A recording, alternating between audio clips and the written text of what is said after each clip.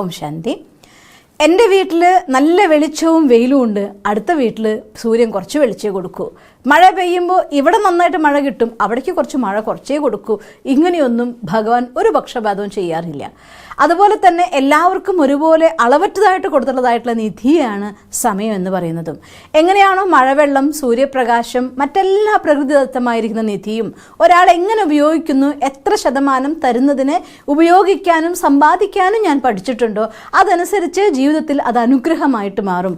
അതുപോലെ തന്നെ അമൂല്യമായിരിക്കുന്ന ഒരു നിധിയാണ് സമയം. സമയത്തിനെ പ്രോപ്പറായ രീതിയിൽ ഉപയോഗിക്കുകയും തൻ്റെ സമയം വ്യർത്ഥമാക്കാതെ സഫലമാക്കുകയും ചെയ്യുന്ന ആളുകളെ സംബന്ധിച്ചിടത്തോളം അവരുടെ ജീവിതം എപ്പോഴും സന്തോഷവും വിജയവും നിറഞ്ഞതായിരിക്കും. അതുകൊണ്ട് തന്നെ തൻ്റെ സമയത്തെ എങ്ങനെ ഉപയോഗിക്കണം എന്നതിനെക്കുറിച്ച് പലപ്പോഴും പലരും കൺഫ്യൂസ്ഡ് ആവാറുണ്ട്. ഇന്ന് നിങ്ങൾക്ക് സമയത്തെ ബെസ്റ്റായിട്ട് ഉപയോഗിക്കത്തക്ക രീതിയിലുള്ളതായിരിക്കുന്ന കുറച്ച് ടിപ്സ് തരണം എന്നാണ് ഞാൻ ആഗ്രഹിക്കുന്നത്. അതിൽ ഒന്നാമത്തെ കാര്യം എന്താണെന്ന് വെച്ചാൽ, അതിരാവിലെ നേരം പ്രഭാതത്തിൽ നമ്മുടെ മോർണിംഗ് ഹാബിറ്റ്സ് ഒക്കെ നമ്മൾ ചെയ്ത് എനർജറ്റിക്കായി ആക്റ്റീവായി ബ്രെയിൻ വളരെ ഫ്രഷ് ആയിരിക്കുന്ന സമയം, ആ സമയത്താണ് എപ്പോഴും ഏറ്റവും പ്രയാസമേറിയ ഡിഫിക്കൽട്ടായിട്ടുള്ള കാര്യങ്ങൾ ചെയ്യേണ്ടത്. രാവിലെ നേരത്ത് എല്ലാ എളുപ്പമുള്ള കാര്യങ്ങളും ചെയ്തിട്ട് പിന്നെ ചെയ്യാമെന്ന് വിചാരിച്ചാൽ രാവിലെ പറയും പിന്നെ ഉച്ചയ്ക്ക് ചെയ്യാമെന്ന് വെച്ചാൽ ഉച്ചയ്ക്ക് വിചാരിക്കും ഉച്ചയ്ക്ക് ഇത്തിരി ക്ഷീണിച്ച സമയമല്ലേ, എന്നാൽ പിന്നെ ചെയ്യാം. വൈകുന്നേരം ആകുമ്പോഴത്തേക്കും ഒരു മൂഡ് പോയിരിക്കുന്നു, രാത്രി വിചാരിക്കും നാളെ ചെയ്യാമെന്ന് വിചാരിക്കും. എപ്പോഴും ഏത് കാര്യമാണോ ചെയ്യാൻ ഏറ്റവും പ്രയാസമേറിയത് ആ പ്രയാസമേറിയ കാര്യത്തിന് മാറ്റിവെക്കാനുള്ള ഒരു സ്വഭാവം പൊതുവെ മനുഷ്യ മനസ്സുകൾക്കുള്ളതാണ്. അതുകൊണ്ട് അതിൽ നമ്മൾ ഒരിക്കലും അടിമയാവാതെ പ്ലാൻ ചെയ്ത് വെച്ചേക്ക്. ഇന്നത്തെ ദിവസം ഫസ്റ്റ് ഏറ്റവും ടഫായിരിക്കുന്ന നിങ്ങൾക്ക് ചെയ്യാൻ ഏറ്റവും പ്രയാസമേറിയതായിട്ടുള്ള വർക്ക് എന്താണോ അതിന് തന്നെയാണ് പ്രഭാതത്തിൽ ഏറ്റവും എനർജറ്റിക് ആയിരിക്കുന്ന സമയത്ത് നമ്മൾ വർക്ക് സ്റ്റാർട്ട് ചെയ്യുന്ന സമയം ആദ്യം ചെയ്തു തീർക്കേണ്ടത് ആ കാര്യത്തിനെയാണ്. ആ കാര്യം നമ്മൾ ചെയ്ത് തീർത്ത് കഴിയുമ്പോൾ നിങ്ങൾ വേണമെങ്കിൽ പ്രാക്ടിക്കലായിട്ട് നോക്കിയോളൂ. അങ്ങനെ ഏറ്റവും കഠിനം എന്ന് നിങ്ങൾക്ക് തോന്നുന്ന ഒരു കാര്യത്തിന് ചെയ്ത് കഴിയുമ്പോൾ ഉള്ളിനുള്ളൊരു കോൺഫിഡൻസ് വരും. ഓ, അത് ചെയ്ത് തീർത്തു, എനിക്ക് നന്നായി ചെയ്യാൻ പറ്റി, എനിക്ക് പറ്റും, ഓ ഇത്ര വലിയ കാര്യം ഞാൻ ചെയ്തു എന്നൊക്കെ നമ്മുടെ മനസ്സ് നമ്മളോട് പറയാൻ തുടങ്ങും. അത് നമുക്ക് തരുന്ന ഒരു സെൽഫ് റെസ്പെക്ട് അഥവാ കോൺഫിഡൻസ് ഇനിയും കാര്യങ്ങളെ കുറച്ചുകൂടെ നന്നായി ചെയ്യാൻ വേണ്ടി നമ്മളെ സഹായിക്കും. അതുകൊണ്ട് ഒന്നാമത്തെ കാര്യം തന്നെയാണ് ഏറ്റവും ആദ്യം ചെയ്യേണ്ടത്. രാവിലെ എഴുന്നേറ്റ് കഴിഞ്ഞാൽ നമ്മുടെ ഫ്രഷ് എനർജിയുള്ള സമയത്ത്, ഫ്രഷ് ആയിരിക്കുന്ന സമയത്ത്, ആക്റ്റീവ് ആയിരിക്കുന്ന സമയത്ത് ഏറ്റവും ടഫായിട്ട് അന്നത്തെ ദിവസം ചെയ്യേണ്ട കാര്യത്തിൽ നമ്മൾ ചെയ്തിരിക്കണം.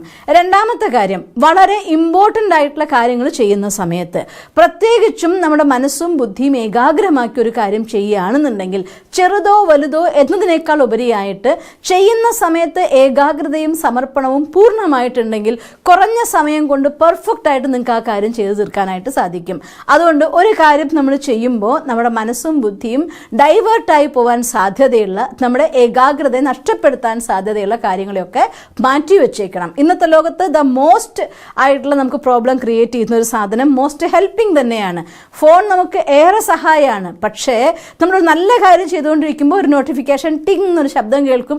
ആരുടെ ക്ലാസ്സാണ് വന്നത്, എന്താ വന്നത്, ഏത് വീഡിയോ വന്നിരിക്കുന്നത്, അല്ലെങ്കിൽ എന്ത് നോട്ടിഫിക്കേഷനാണ് വന്നത്, വാട്സപ്പിൽ എന്ത് മെസ്സേജാണ് വന്നത്, ഇത്തരത്തിൽ നമ്മുടെ മനസ്സിനെയും ബുദ്ധിയെയും ഏകാഗ്രതയെ ഡൈവേർട്ട് ചെയ്ത് കൊണ്ടുപോകുന്ന കാര്യം പ്രത്യേകിച്ച് ഒന്നും ഉണ്ടായിട്ടില്ലെങ്കിലും ഈ മൊബൈലിൻ്റെ ടിങ് ടിങ് ടിങ് ടിങ് ശബ്ദം നമ്മുടെ കോൺസെൻട്രേഷൻ കുറച്ചുകൊണ്ടിരിക്കുക തന്നെ ചെയ്യും.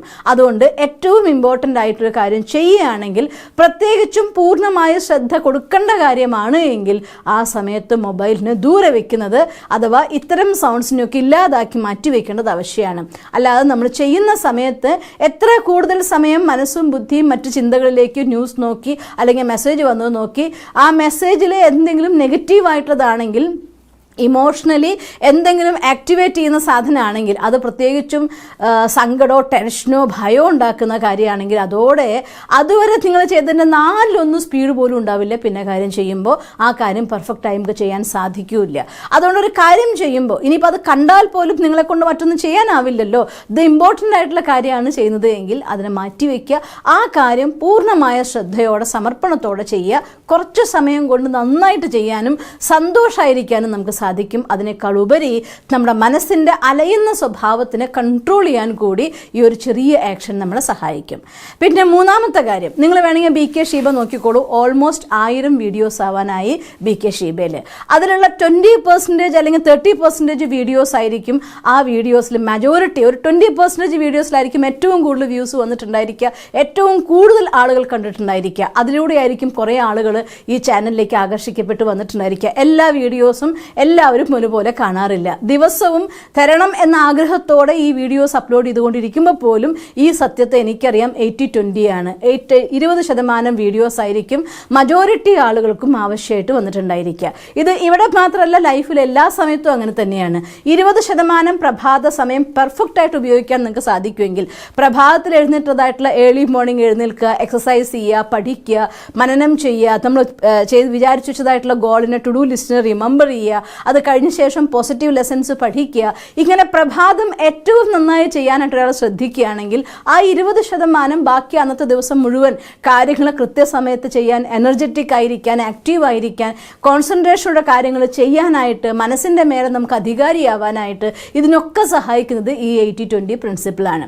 ഇത് എവിടെ വേണമെങ്കിൽ നിങ്ങൾ അപ്ലൈ ചെയ്ത് നോക്കിക്കോളൂ. ഏതൊരു വലിയ കാര്യം എടുത്താലും ആ കാര്യത്തിൽ 100 ആളുകൾ കൂടി ഒരു കാര്യം ചെയ്യാൻ നിശ്ചയിച്ചാലും അതിൽ 20 ആളുകളായിരിക്കും ആ കാര്യത്തിൻ്റെ സക്സസിൻ്റെ ആധാരമാകുന്നത്. അതിനുവേണ്ടി പരിശ്രമിക്കുന്നത്, പഠിക്കുന്നത്, സമർപ്പിക്കുന്നത്. അവസാനം വിജയം വരുമ്പോൾ എല്ലാവരുടെയും കുറച്ച് അതിൽ വന്നിട്ടുണ്ടാവും. നമ്മൾ വിൻ വിൻ എന്ന പോളിസി ഉപയോഗിക്കും. പക്ഷെ നോക്കിയാൽ നമുക്കറിയാം 20% ആളുകളായിരിക്കും ആ വിജയത്തിൻ്റെ പിന്നിൽ കഠിനമായി പരിശ്രമിച്ചിട്ടുണ്ടായിരിക്കുന്ന ആളുകൾ. ഇത് 80-20 എന്ന് പറയുന്ന പ്രിൻസിപ്പിളാണ്. ലൈഫിൽ എവിടെയും നമുക്ക് അപ്ലൈ ചെയ്യേണ്ട കാര്യമാണ്. സ്വയം നിങ്ങളുടെ ലൈഫ് നോക്കൂ. അപ്പോൾ അതുകൊണ്ട് സമയത്തെ മാക്സിമം നന്നായിട്ട് മാനേജ് ചെയ്യാൻ നിങ്ങൾ ആഗ്രഹിക്കുന്നുണ്ട് എങ്കിൽ രാവിലത്തെ 20% ടൈം ആ സമയത്ത് ദ മോസ്റ്റ് ബ്യൂട്ടിഫുൾ ആയിട്ട് രാത്രി ഉറങ്ങാൻ പോകും മുന്നുള്ളതായിരിക്കുന്ന സമയം, ആ 2 സമയങ്ങളും ദ മോസ്റ്റ് വാല്യുബിൾ ടൈമാണ്. ഉറങ്ങും മുന്നേ നല്ല കാര്യങ്ങളെ കണ്ട് കേട്ട് പഠിച്ച് മെഡിറ്റേറ്റ് ചെയ്ത് നാളത്തേക്കുള്ള ടു ഡു ലിസ്റ്റ് തയ്യാറാക്കി നമ്മുടെ ഇന്നത്തെ മനസ്സിൻ്റെ ഭാരമൊക്കെ ഈശ്വരന് കത്തെഴുതി കൊടുത്ത് ഫ്രീ ആയിട്ട് നമുക്ക് ഉറങ്ങാൻ പറ്റണം. രാവിലെ എഴുന്നേൽക്കുമ്പോൾ എഴുന്നേറ്റ ഉടനെ ഈശ്വരന് ഗുഡ് മോർണിംഗ് പറയുന്നത്, നമ്മുടെ അഫർമേഷൻ നമ്മൾ ചെയ്യുന്നത്, വിഷ്വലൈസേഷൻ നമ്മൾ ചെയ്യുന്നത്, ഒപ്പം തന്നെ മെഡിറ്റേഷൻ, അതുപോലെ സ്റ്റഡി, എക്സസൈസ്, പോസിറ്റീവായിട്ടുള്ള ലെസൺസിൻ്റെ പഠിക്കൽ, ഒപ്പം നമ്മുടെ അന്നത്തെ ടു ഡു ലിസ്റ്റിനെ റിമൈൻഡ് ചെയ്യുക. ഇത്രയും കാര്യങ്ങളിൽ നിങ്ങൾ പൂർണ്ണമായിട്ട് ശ്രദ്ധിക്കുമെങ്കിൽ ബാക്കി നിങ്ങളുടെ മാക്സിമം ടൈം നിങ്ങൾക്ക് നന്നായിട്ട് ഉപയോഗിക്കാനായിട്ട് സാധിക്കുക തന്നെ ചെയ്യും. അടുത്തൊന്ന് ടാസ്ക് മാനേജ്മെൻ്റ് ആണ്. ഒരു ദിവസത്തേക്ക് നമ്മൾ ടു ഡു ലിസ്റ്റ് തയ്യാറാക്കുന്ന സമയത്ത് നാളത്തെ ടു ഡു ലിസ്റ്റ് ഇന്ന് രാത്രി ചെയ്യണം കേട്ടോ. പ്രഭാതത്തിൽ എഴുന്നേറ്റിരുന്നിട്ട് അന്നത്തെ ടു ഡു ലിസ്റ്റ് തയ്യാറാക്കാൻ നോക്കരുത്. അത് ഒരിക്കലും നമുക്ക് സപ്പോർട്ടീവായിട്ടുള്ള കാര്യമല്ല. അത് ചെയ്യാനിരിക്കുമ്പോൾ നിങ്ങളുടെ മനസ്സ് ആക്റ്റീവ് ആയിരിക്കുന്ന സമയത്ത് മറ്റ് പല ബിസി ആയിരിക്കുന്ന ടെൻഷൻസിനെയും മനസ്സിൻ്റെ ഉള്ളിലേക്ക് വലിച്ചെടുക്കലായിരിക്കും. ഓഫീസിലെ കാര്യം ചെയ്യുമ്പോൾ അവിടുത്തെ ഓർമ്മ വരും, ആ ടെൻഷൻ വരും. വേറെ എന്തെങ്കിലും കാര്യങ്ങളെയും ആ ടെൻഷൻ വരും. എല്ലാം കൊണ്ടും മനസ്സിനെ പ്രഭാതത്തിൽ തന്നെ ആകെ കൂടി ഒരു കൊളാക്കി മാറ്റുന്ന രീതിയിലായിട്ട് മാറും. അപ്പോൾ അതില്ലാതിരിക്കാൻ വേണ്ടിക്കൊണ്ട് രാത്രിയിൽ ടു ഡു ലിസ്റ്റ് തയ്യാറാക്കണം. ആ ടു ഡു ലിസ്റ്റ് തയ്യാറാക്കുന്ന സമയത്ത് 4 കാര്യങ്ങൾ ആധാരത്തിൽ തയ്യാറാക്കുക. നമ്മൾ 4 കോളം വരച്ചിട്ട് നിങ്ങൾക്ക് ചെയ്യാൻ പറ്റുമെങ്കിൽ ചെയ്യാം. 4 കള്ളി വരയ്ക്കുക. 4 കോളുള്ളതായിരിക്കുന്നു. അതായത് ഒരു സ്ക്വയർ വരച്ച് നമ്മൾ ചെയ്യാറില്ല, 2 കോളം, 4 കള്ളികൾ. ആ 4 കള്ളികളിൽ ഏറ്റവും മുകളിൽ നമ്മൾ ഏറ്റവും ഇമ്പോർട്ടൻ്റ് ആയിട്ടുള്ള കാര്യം, നോട്ട് ഇമ്പോർട്ടൻ്റ് ആയിട്ടുള്ള കാര്യം, അതുപോലെ തന്നെ നമുക്ക് ഏറ്റവും അർജൻ്റ് ആയിരിക്കുന്ന കാര്യം, അർജൻ്റ് അല്ലാത്ത കാര്യം. ഈ രീതിയിൽ നമ്മൾ ലിസ്റ്റ് ചെയ്യുക. എന്നിട്ട് ആ ലിസ്റ്റിൻ്റെ ആധാരത്തിൽ ഏറ്റവും ഇമ്പോർട്ടൻ്റ് ആയിട്ടുള്ളത്, അർജൻ്റ് ആയിട്ടുള്ളത്, ഏറ്റവും ഇമ്പോർട്ടൻ്റ് അല്ലെങ്കിൽ പോലും അർജൻ്റാണ് പക്ഷേ ഇമ്പോർട്ടൻ്റ് അല്ലാത്ത കാര്യം, ആ രീതിയിൽ നിങ്ങളൊന്ന് ലിസ്റ്റ് തയ്യാറാക്കിയിട്ട് ഇങ്ങനെ കോളം വരച്ചിട്ട് അതിൻ്റെ ഉള്ളിൽ നമ്മുടെ ആക്ടിവിറ്റീസ് നമ്മൾ ലിസ്റ്റ് ചെയ്യുകയാണെന്നുണ്ടെങ്കിൽ ഏത് കാര്യം എപ്പോൾ ചെയ്യണം എന്ന് നമുക്ക് ക്ലിയർ ആയിട്ട് കണ്ടെത്താൻ പറ്റും. ഈ രീതിയിൽ രാത്രിയിൽ ടു ഡു ലിസ്റ്റ് തയ്യാറാക്കിയിട്ട് കിടക്കുകയാണെങ്കിൽ രാവിലെ എല്ലാ കാര്യങ്ങളും കഴിഞ്ഞ് ഓഫീസിലേക്ക് ഇറങ്ങാൻ പോകും മുന്നേ, അഥവാ ബിസിനസ്സിന് ഇറങ്ങാൻ പോകും മുന്നേ, നമ്മുടെ ആക്ടിവിറ്റിക്ക് ഇറങ്ങാൻ പോകും മുന്നാണ് ഈ ടു ഡു ലിസ്റ്റ് ഒന്നും ഓർത്ത് വെച്ച് കഴിഞ്ഞാൽ തന്നെ നമുക്ക് എല്ലാ കാര്യവും പെർഫെക്റ്റ് ആയിട്ട് ചെയ്യാൻ സാധിക്കും. മനസ്സ് ഭാരം ഉണ്ടാവില്ല, എന്തൊക്കെയാണ് ചെയ്യേണ്ടതെന്ന് എനിക്കൊന്നും അറിയുന്നില്ല എന്നുള്ള കൺഫ്യൂഷൻ ഉണ്ടാവില്ല. ഇതൊക്കെ നിങ്ങളെ സഹായിക്കാനായിട്ട് തയ്യാറാക്കുക സാധനമാണ്. ഈ രീതിയിൽ ടാസ്കിനെ മാനേജ് ചെയ്യാനായിട്ട് സാധിക്കണം. പിന്നെ നമ്മൾ വർക്ക് ചെയ്യുന്ന സമയത്ത് ഒരു ഏറ്റവും കൂടുതൽ നല്ല കോൺസെൻട്രേഷൻ ചെയ്യാൻ പറ്റുന്ന ഒരു ടൈമും ഒരാൾക്ക് ഉണ്ടായിരിക്കും. അത് കഴിഞ്ഞാൽ കുറച്ച് റിലാക്സേഷൻ ആഗ്രഹിക്കുന്ന ഒരു ടൈം ഉണ്ടായിരിക്കും. ഒരു ഉദാഹരണം പറയുകയാണെങ്കിൽ 1 മണിക്കൂറിൻ്റെ ഉള്ളിൽ ഒരു 40-50 മിനിറ്റ് വരെ പെർഫെക്റ്റ് കോൺസെൻട്രേഷൻ ചെയ്യാൻ പറ്റുമെങ്കിൽ ബാക്കി ഒരു 10 മിനിറ്റ് നമുക്കറിയാതെ നമ്മുടെ മനസ്സിൽ ലാഗ് ചെയ്യും. അതെല്ലാ പേഴ്സണാലിറ്റിയിലും ഉണ്ടായിരിക്കും. ചിലർക്ക് 1 മണിക്കൂർ പറ്റും, ബാക്കിയുള്ള 15 മിനിറ്റ്. നിങ്ങളുടെ കപ്പാസിറ്റി അനുസരിച്ച് എത്ര സമയം ദ ബെസ്റ്റായിട്ട് കോൺസെൻട്രേറ്റ് ചെയ്യാൻ പറ്റുന്നുണ്ടോ അത്ര സമയം ദ ബെസ്റ്റായിട്ട് കോൺസെൻട്രേറ്റ് ചെയ്ത് കഴിഞ്ഞ് കഴിഞ്ഞാൽ ചെറിയൊരു റിലാക്സേഷൻ. നമ്മൾ കണ്ടിട്ടില്ലേ, സിംഹം പോലും ചാടാൻ പോകും മുന്നേ 2 അടി പിന്നോട്ട് വെച്ച് മുന്നോട്ട് ചാടുന്നത്. അതുപോലെ നല്ല ഒരു ഹാർഡ് എഫേർട്ട് കഴിഞ്ഞ് കഴിഞ്ഞാൽ കുറച്ച് സമയം മനസ്സിനെ റിലാക്സ് ചെയ്യുന്ന, ഒന്നുകിൽ ഒരു ഈസി കാര്യം ചെയ്യാം, അല്ലെങ്കിൽ എൻജോയ് ചെയ്യുന്ന കാര്യം ചെയ്യുക, ഒരു പാട്ട് കേൾക്കുക, റിലാക്സ് ചെയ്യുക, അല്ലെങ്കിൽ നല്ല ആരോടെങ്കിലും നമുക്ക് എനർജി കിട്ടുന്ന, മോട്ടിവേഷൻ കിട്ടുന്ന, ഇൻസ്പിറേഷൻ കിട്ടുന്ന ആരോടെങ്കിലും ഒന്ന് സംസാരിച്ചു, അല്ലെങ്കിൽ മറ്റെന്തെങ്കിലും ഒരു റിഫ്രഷ്മെൻറ്റ് കഴിച്ചു. ഇങ്ങനെ ഏതെങ്കിലും രീതിയിൽ നിങ്ങൾക്ക് ഏതാണോ സ്യൂട്ടായ മെത്തേഡ്, ആ മെത്തേഡിൽ ജിമ്മിലൂടെ ആ ഒരു ബ്രേക്ക് എടുത്തിട്ട് വീണ്ടും റീസ്റ്റാർട്ട് ചെയ്യുമ്പോൾ നല്ല എനർജറ്റിക് ആയിക്കൊണ്ട് ഫുൾ കോൺസെൻട്രേഷനോടുകൂടി നമുക്ക് വർക്ക് ചെയ്യാൻ സാധിക്കുക തന്നെ ചെയ്യും. പിന്നെ വേറൊരു കാര്യം എന്താണെന്ന് വെച്ചാൽ പലപ്പോഴും നമ്മുടെ ടു ഡു ലിസ്റ്റുകളെല്ലാം നമുക്ക് ചെയ്യാൻ സാധിക്കാറില്ല. ഒരു ദിവസം എന്തോ കാരണം കൊണ്ട് രാവിലെ ചെയ്യേണ്ട കാര്യം അല്ലെങ്കിൽ അന്നത്തെ ദിവസം ലിസ്റ്റിലുള്ളത് ചെയ്യാൻ സാധിച്ചില്ല. 1.5 മണിക്കൂർ ചെയ്യേണ്ട കാര്യം 1 മണിക്കൂർ, ഞാൻ ഉദാഹരണം എക്സസൈസ് തന്നെ എടുക്കുകയാണ്. 1.5 മണിക്കൂറാണ് ജിമ്മിൽ വർക്കൗട്ട് നിങ്ങൾ പോകാറുള്ളതെങ്കിൽ ഇന്ന് എനിക്ക് 1.5 മണിക്കൂർ പോകാൻ സാധ്യമല്ല, 1.5 മണിക്കൂർ ചെയ്യാൻ നേരമില്ല, അതുകൊണ്ട് ഇന്ന് ചെയ്യുന്നില്ല എന്ന് വിചാരിക്കരുത്. അരമണിക്കൂർ സാധിക്കുമെങ്കിൽ പോയിട്ട് അരമണിക്കൂർ ചെയ്യുക. അരമണിക്കൂർ എക്സസൈസ് ചെയ്യാൻ പറ്റുമെങ്കിൽ അരമണിക്കൂർ പോവുക. വാക്കിങ്ങിന് പോകുന്നത് അരമണിക്കൂർ നിങ്ങൾക്ക് പോകാൻ പറ്റുമെങ്കിൽ സാരമില്ല, ഇന്ന് അരമണിക്കൂർ പോവുക. അല്ലാതെ ഇന്നെന്താ ചെയ്യുന്നില്ല എന്ന് വിചാരിക്കരുത്. കാരണം ഒരു കാര്യം ചെയ്യുന്നില്ല എന്ന് വിചാരിക്കുന്നതോടുകൂടി സ്വാഭാവികമായിക്കൊണ്ട് നമ്മുടെ മനസ്സ് അലസതയുടെ ചിത്രത്തെടുക്കും. നാളെ ചെയ്യാതിരിക്കാൻ വേറൊരു കാരണം ഉണ്ടാക്കും, മറ്റന്നാൾ വേറൊരു കാരണം ഉണ്ടാക്കും. അങ്ങനെ കാര്യത്തെ നാളെ നീളെ പോയിക്കൊണ്ടേയിരിക്കും. ആ കാര്യം ചെയ്യാതിരിക്കുന്നത് നമ്മുടെ സ്വഭാവമായിട്ട് മാറുകയും ചെയ്യും. അതുകൊണ്ട് കുറച്ചെങ്കിലും ഇന്നെനിക്ക് മുഴുവൻ ചെയ്യാൻ പറ്റിയില്ല, പക്ഷേ അറ്റ്ലീസ്റ്റ് ഒരു 10 മിനിറ്റ്സ് എങ്കിലും ആ കാര്യം ചെയ്യാൻ നിങ്ങൾക്ക് സാധിക്കുമെങ്കിൽ ആ കാര്യം 10 മിനിറ്റ് ചെയ്യുക. അങ്ങനെ ചെയ്യുന്ന സംസ്കാരത്തെ നമ്മളുള്ളിലേക്ക് നമുക്ക് കൊണ്ടുവരാനായിട്ട് സാധിക്കാൻ വേണം.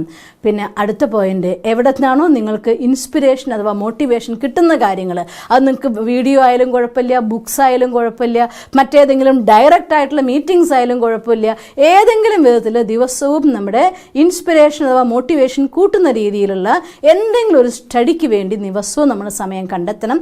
ഈ 7 കാര്യങ്ങളെ കൃത്യമായിട്ട് നിങ്ങൾക്ക് ചെയ്യാൻ സാധിക്കുമെങ്കിൽ നിങ്ങളുടെ സമയത്തെ ഏറ്റവും നന്നായിട്ട് ഉപയോഗിക്കാനും അതിലൂടെ ഏറ്റവും നന്നായിട്ട് കാര്യങ്ങളെ പെർഫോം ചെയ്യാനും ജീവിതത്തെ സഫലമാക്കാനും സാധിക്കും. ഇത്തരത്തിൽ ജീവിതത്തിലെ ഓരോ നിമിഷത്തെയും നിധിയായി മാറ്റിക്കൊണ്ട് ജീവിതം സദാ സഫലതയിലേക്ക് പോകാൻ നിങ്ങൾക്ക് സാധിക്കട്ടെ എന്ന് ഞാൻ ഈശ്വരനോട് പ്രാർത്ഥിക്കുന്നു. ഓം ശാന്തി.